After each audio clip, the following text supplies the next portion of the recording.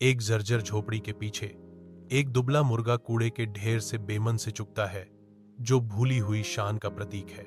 मुर्गे की दुर्दशा के प्रति उदासीन मुर्गियां मुंह फेर लेती हैं, जबकि बच्चों की हंसी उपहासपूर्ण ढंग से गूंजती है। वह एक टूटे हुए क्रेट के ऊपर खड़ा है। उसकी कमजोर कौवा सुबह की हवा के खिलाफ एक दुखद फुसफुसाहट है। गांव खंडहर में पड़ा है, जो तूफान के क्रोध का एक गंभीर प्रमाण है। विनाश के बीच ब्राउनी अपने अस्थिर कॉप के ऊपर बैठा है, जो लचीलापन का एक अकेला व्यक्ति है। जैसे ही सूरज बादलों को भेदता है, ब्राउनी चिल्लाता है। उसकी आवाज नई स्पष्टता के साथ गूंजती है, कुकड़ डूडल डू।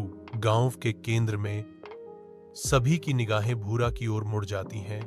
उनकी निगाहें नई आशा को दर्शाती हैं। युवा अमन भूरा के पास जाता है, उसे गर्म चावल की पेशकश करता है।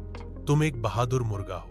ग्रामीणों ने भूरा को एक चबूतरे से सम्मानित किया और मुर्गियां उसके बगल में इतराती हैं, क्योंकि बच्चे उसे शाही परिवार की तरह मानते हैं।